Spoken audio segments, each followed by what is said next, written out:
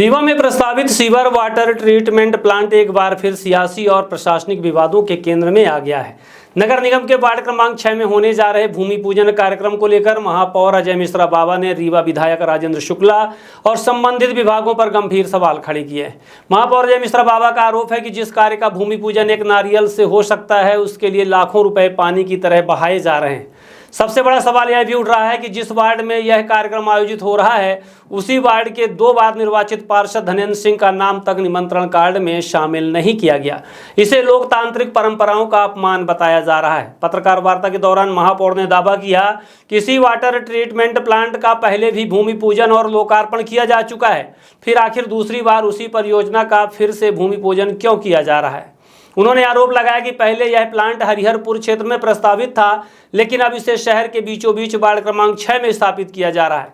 लोक स्वास्थ्य यांत्रिकी विभाग पर भी महापौर ने जमकर निशाना साधा। उनका कहना है कि करोड़ों की योजनाएं बन रही हैं, लेकिन कई प्लांट आज तक विभाग को हैंड ओवर नहीं किए गए और कुछ निर्माण अधूरे व बदहाल स्थिति में पड़े हैं।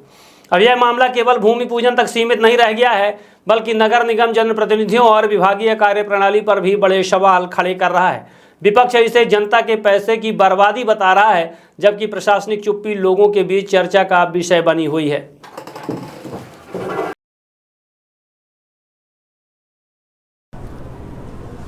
आज एक अहम विषय पे आप लोगों को चर्चा के लिए मैंने बुलाया है। यह रीवा नगर निगम से जुड़ा विषय है और इसको चाहे आप ये कह दिए कि हास्यास्पद बात है और बड़ी शर्म की भी बात है कि आज एक नगर निगम में भूमि पूजन का कार्ड छपा। हमारे MIC के मेंबर, वार्ड 6 के हमारे पार्षद साथी, जो 2 बार स्वयं पार्षद थे, एक बार इनकी माता जी थी, उस कार्ड में इनका नाम नहीं। वैसे भी हम लोग इस तरह के लोकार्पण और भूमि पूजन का हमेशा विरोध किए हैं, जिसमें कि लाखों लाख रुपया, चाहे वो संविदाकार का लगे चाहे संस्था का लगे, अपव्यय होता है। एक नारियल से जो काम होता है उसमें लाखों लाख रुपए खर्च करना।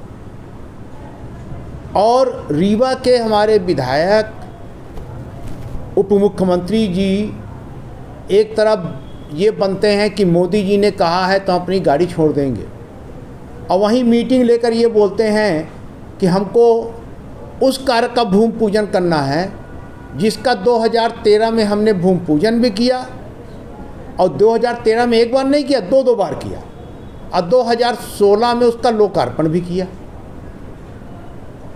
और 2016 में जब लोकार्पण हुआ और इसके जस्ट बाद जैसे ही बाढ़ आई तो पूरा 12 MLD का सीवरेज ट्रीटमेंट प्लांट पानी से लबोलब हो गया।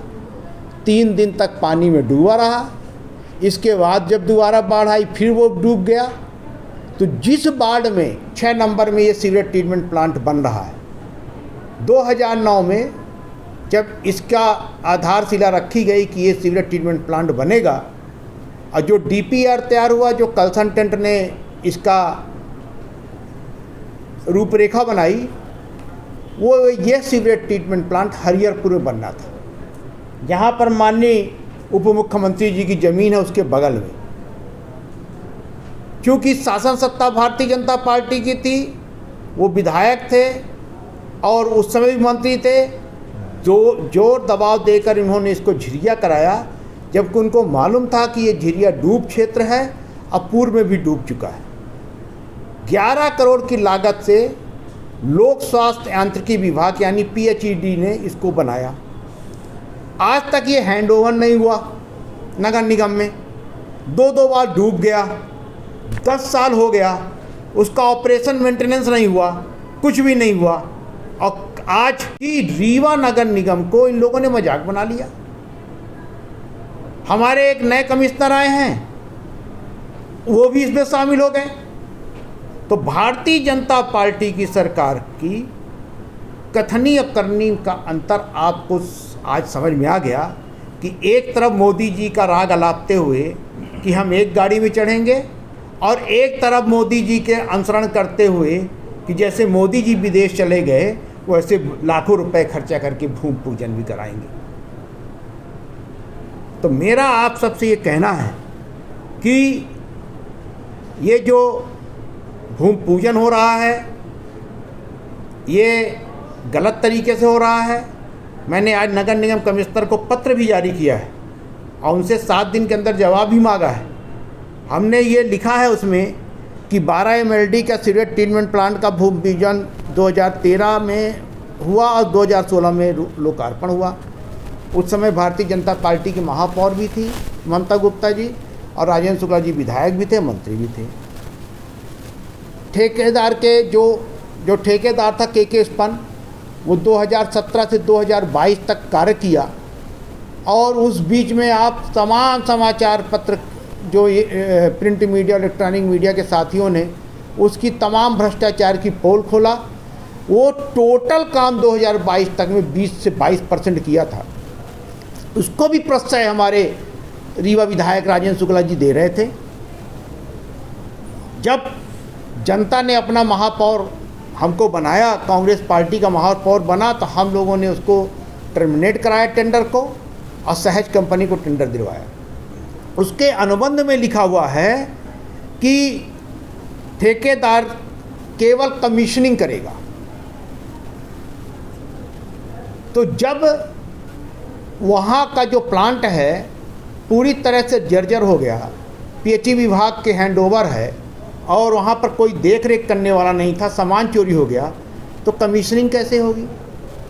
कमिश्नर को मैंने ये पत्र की कॉपी भेजी, उन्होंने लिखा हमको व्हाट्सएप में कि एक छोटा सा भूमि पूजन है जीर्णोद्धार के लिए। जीर्णोद्धार किस चीज़ का?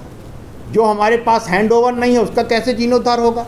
इसका भुगतान आप कहाँ से करेंगे? अमृत योजना और स्मार्ट सिटी पूरे देश में लागू है, कोई रीवा इसके लिए इकलौता नहीं है। हम तो स्मार्ट सिटी के दायरे में नहीं है, सतना तो स्मार्ट सिटी के दायरे में भी है। छोटी छोटी नगर निगम भी इस नगर पालिकाएँ भी स्मार्ट सिटी और अमृत योजना के दायरे में हैं। इसमें हमारे रीवा के मंत्री जी की पैसे की कमी नहीं होगी। अभी हमसे एक दिन दैनिक भास्कर वालों ने पूछा कि आपकी पानी की योजना पूरी क्यों नहीं हो रही। हमने बताया 70 करोड़ रुपए नगर निगम को चाहिए। माननीय मंत्री जी 70 करोड़ रुपए नहीं दिलवा पा रहे। वाहवाही लेने के लिए, फीता काटने के लिए, नगर निगम में हस्तक्षेप करने के लिए आगे पहुंच जाएंगे। और इनका चरित्र तो उसी दिन समझ में आ गया था जब 25 दिसंबर को स्वर्गीय अटल बिहारी वाजपेयी जी, जो भारत रत्न है, सर्वमान्य नेता हैं, सभी पार्टियों से हटके हैं, उनकी प्लास्टिक की मूर्ति लगाकर उनका लोकार्पण करवा रहे थे। अपने ही पार्टी के, अपने देश, हमारे देश के गृह मंत्री को धोखा दे रहे थे। इससे ही समझ में आ गया कि रीवा की जनता को धोखा देने का इनकी आदत बन चुकी है। अभी सीवरेज ट्रीटमेंट प्लांट हम चालू कर देंगे। हमारे यहाँ हाउस कनेक्शन 10% हुए हैं। हमने ये रोक रखा है, ऊपर से लगातार दबाव दे रहे हैं कि जनता से हाउस कनेक्शन कराकर उसका पैसा लिया जाए। हमने कहा कि नहीं, जब तक 100% हाउस कनेक्शन नहीं हो जाएंगे, 6 महीना तक हम उसको ऑपरेशन मेंटेनेंस नहीं देख लेंगे, तब तक हम बिल्कुल भी इस पे अमल नहीं करेंगे और ना 1 रुपया हम लेने देंगे जनता से। हम जनता से इस विषय में संवाद करेंगे कि आप हमको बताइए कि ये हाउस कनेक्शन से हमको पैसा आपसे लेना है, आप यहाँ का सीवरेज लीगल रहा कि नहीं लीगल रहा। कोई जनता के ऊपर हम कोई चीज़ थोपेंगे नहीं। स्वास्थ्य मंत्री जी से मेरा अनुरोध है कि इस तरह की हरकतें करना बंद कर दें। और वो मध्य प्रदेश के स्वास्थ्य मंत्री, रीवा की स्वास्थ्य व्यवस्था चरमराई हुई है, कभी अस्पताल का भी निरीक्षण करा करें। एक दिन मैंने सोशल मीडिया में देखा कि माननीय मंत्री जी आज अस्पताल का निरीक्षण करने गए, उनके कुछ लोगों ने डाला। वो निरीक्षण करने नहीं गए थे, अपने रिश्तेदारों को देखने गए थे। निरीक्षण अगर करना होता तो आज ये अस्पताल की स्थिति न होती कि लोग बाग वहाँ पीने के पानी को तरस रहे हैं, वहाँ पर दवाई के लिए तरस रहे हैं, वहाँ पर बेड के लिए तरस रहे हैं, वहाँ पर स्ट्रेचर के लिए तरस रहे हैं। उसकी याद नहीं आती है। भूमि पूजन और लोकार्पण, वो भी एक चीज़ का बार बार। अब इसमें 3 नए सीवरेज ट्रीटमेंट प्लांट जुड़े हुए हैं जिनका लोकार्पण भी करना है। एक विवेकानंद, एक बिछिया और एक गोगर बाबा घाट। 25 फरवरी 2025 को बाबा घाट का सीवरेज ट्रीटमेंट प्लांट चालू है। 1 साल से ऊपर हो चुका, 1 साल से ऊपर हो चुका उस सीवरेज ट्रीटमेंट प्लांट को, आज उसका लोकार्पण है। तो बड़ी शर्म की बात है और हास्यास्पद स्थिति हो गई है। वो तो दूसरे को बोल देते हैं कि जब कांग्रेसी बयान देते तो हमको बड़ी हंसी आती है। हमको उनके ऊपर हंसी आती है और दया भी आती है कि आप डिप्टी सीएम हो और आपका स्वास्थ्य विभाग चरमराया हुआ है, अब आप दूसरे के विभाग में हस्तक्षेप करते रहते हो। ये अच्छी प्रथा नहीं है। आज मेरा जो आप लोगों से ये था कि जो ये भ्रष्टाचार एक नया होने वाला है, मैंने आप लोगों को इसके लिए आगाह कर